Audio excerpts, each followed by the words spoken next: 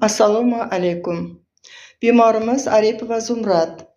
Parkinsonizm bilan undan tashqari ishemический insultdan olganlar TMS magnit muolajasiga kelgan, navbatdagisiga kelgan.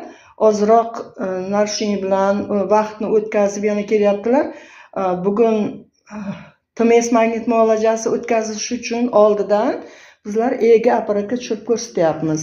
EEG apparatda tugatib ketgan paytida juda ham natijalari yaxshi bo'lgan edi. Aripova, ko'zingizni yumib turing.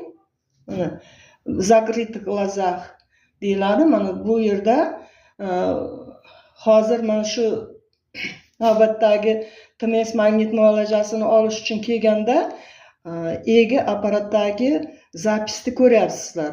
Bu yerda bu kishida yaxshi bo'lib, polusariyalarda yaxshi bo'lib, ishemическийlarda o'zgarishlar, ishemическийda bo'ladigan o'zgarishlar yaxshi tomonga natijalar bilan ketgan edi.